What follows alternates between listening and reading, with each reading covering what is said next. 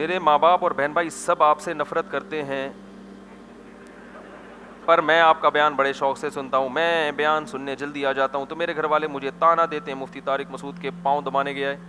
مجھے ہمیشہ منع کرتے ہیں بیان سننے سے، لیکن پھر بھی میں ان کی بات نہیں سنتا. تو میری ماں مجھے نافرمان کہتی ہے اور مجھے حدیث سناتی ہے کہ اگر ماں جہاد پر بھی جانے سے منع کرتے تو جہاد بھی چھوڑنا پڑے گا. کیا میں ماں کا نافرمان کہلاؤں گا؟ بھائی آپ بیان ضرور سنا کریں، اماں کو سمجھائیں، اماں کوئی غلط بات نہیں کرتے، اور امی کی خدمت پہلے سے زیادہ شروع کر دیں. کیونکہ بعض لوگ آ کے علماء کے بیان سنتے ہیں پھر اماں کو سمجھانا شروع کر دیتے ہیں کہ ابا کو کہیں کہ دوسری شادی کر لیں، تو پھر اماں تو منع کرے گی نا. تو آپ جب علماء کا بیان سنتے ہیں تو اماں کی خدمت پہلے سے زیادہ کریں تاکہ ان کو یہ احساس ہو کہ یہ بیان سن کے اور ہمارا فرما بردار بننا ہے. پھر وہ آپ کو بیان سے منع نہیں کریں گی بلکہ بولیں گی اور جاؤ. سمجھ میں آ رہی ہے بات؟ تو دیندار آدمی کو اپنے والدین کی خدمت اور بھی زیادہ کرنی چاہیے. سمجھ رہے ہو؟ مفتی صاحب میرا سوال ہے کہ کیا انعامی بانڈ حرام ہے؟ اگر حرام ہے تو کس قسم کا انعام؟ ہر قسم کا انعامی بانڈ حرام ہے. یہ بھی حیا کے خلاف مسئلہ ہے، یہ کھلے عام پوچھنا ذرا مناسب. کچھ مسائل میں نے ایسے ہیں جو بالکل حیا کے خلاف ہیں لیکن ان کا میں نے کلپ بنا کے یوٹیوب پہ ڈالا ہے، تو لوگ اس میں مجھے بڑا طعنہ دے رہے ہیں کہ یہ ایسے حیا کے خلاف مسئلہ انہوں نے ایسے کھلے عام شائع کر دیا. یہ وہ مسائل تھے جو لوگ بہت زیادہ پوچھتے ہیں، اور بہت سے مرد بھی پوچھنا چاہتے ہیں، بہت سی عورتیں بھی، مگر شرم کی وجہ سے پوچھ نہیں سکتے. تو وہ اس مصلحت کی وجہ سے ہم نے کہا اس کو عمومی شائع کر دو، اور اس کا لیبل بھی ڈال دیا تاکہ جو ہے جو بھی سننے والا ہو نا اس کو پہلے پتہ ہو. سمجھ میں آ رہی ہے بات؟ تو اب بعض لوگوں نے سن کے کہا کہ یہ کیسی حیا کے خلاف باتیں ہیں. تو جب تمہیں پتا تھا وہ لیبل بڑا مہذب لیبل ہے، ایسا لیبل نہیں ہے کہ کوئی جیسے لوگ الٹے سیدھے لیبل ڈال دیتے ہیں، لیکن اس میں پتا ہے کہ اس کا ٹاپک کیا ہے. تو میں نے کہا کہ جب لیبل میں یہ لگا ہوا تھا کہ یہ مسئلہ بیان کیا ہے تو پھر اس کو سن کیوں نہ سنا پورا تسلی سے. یہ جیسے ایسے کوئی آدمی کوئی فلم دیکھے پوری تسلی کے ساتھ دیکھ کے بولے توبہ توبہ، فلم کیسی فلم بنائی ہے انہوں نے، تو پوری تو تم نے دیکھ لی ہے بھائی.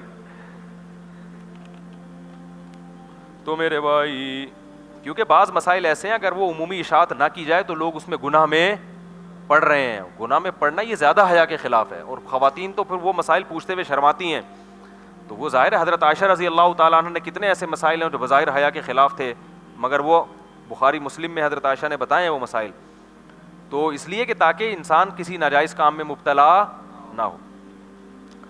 حضرت اگر وراثت کا فتویٰ آنے پر بھی میرے تایازاد بھائی مجھے میرا حق نہیں دے رہے، بول رہے ہیں کہ جو کر کے گئے میرے والد وہی حصہ ہے، جو کر کے گئے وہ حصہ ہے، صحیح غلط اس کا گناہ والد پر ہوگا اولاد پر؟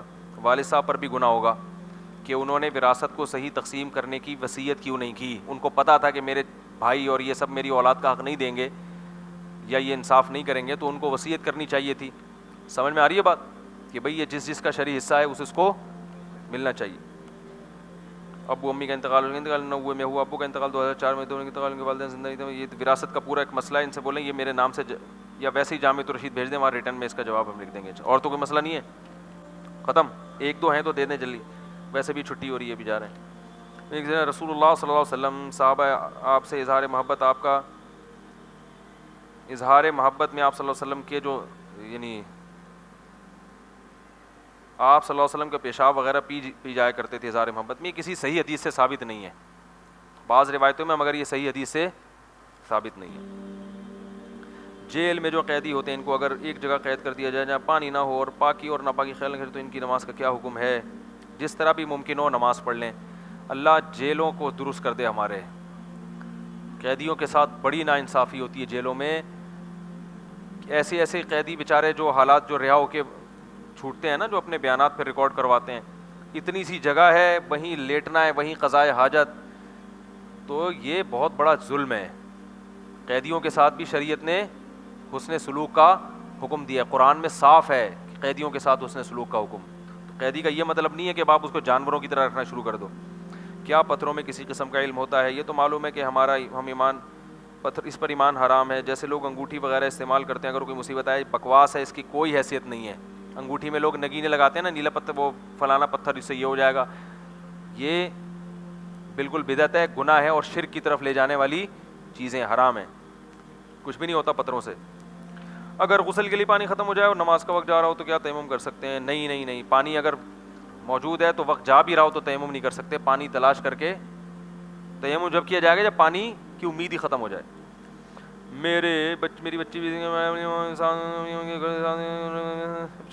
بہت لمبا مسئلہ ہے. گٹکے بنا کر فروخت کرنا کیسا ہے؟ لوگوں کو کینسر میں مبتلا کرنے کا گناہ ہے اور کچھ نہیں ہے. کوئی اچھا کام کیا کرو بھائی, قوم کو گٹکے کیوں کھلا رہے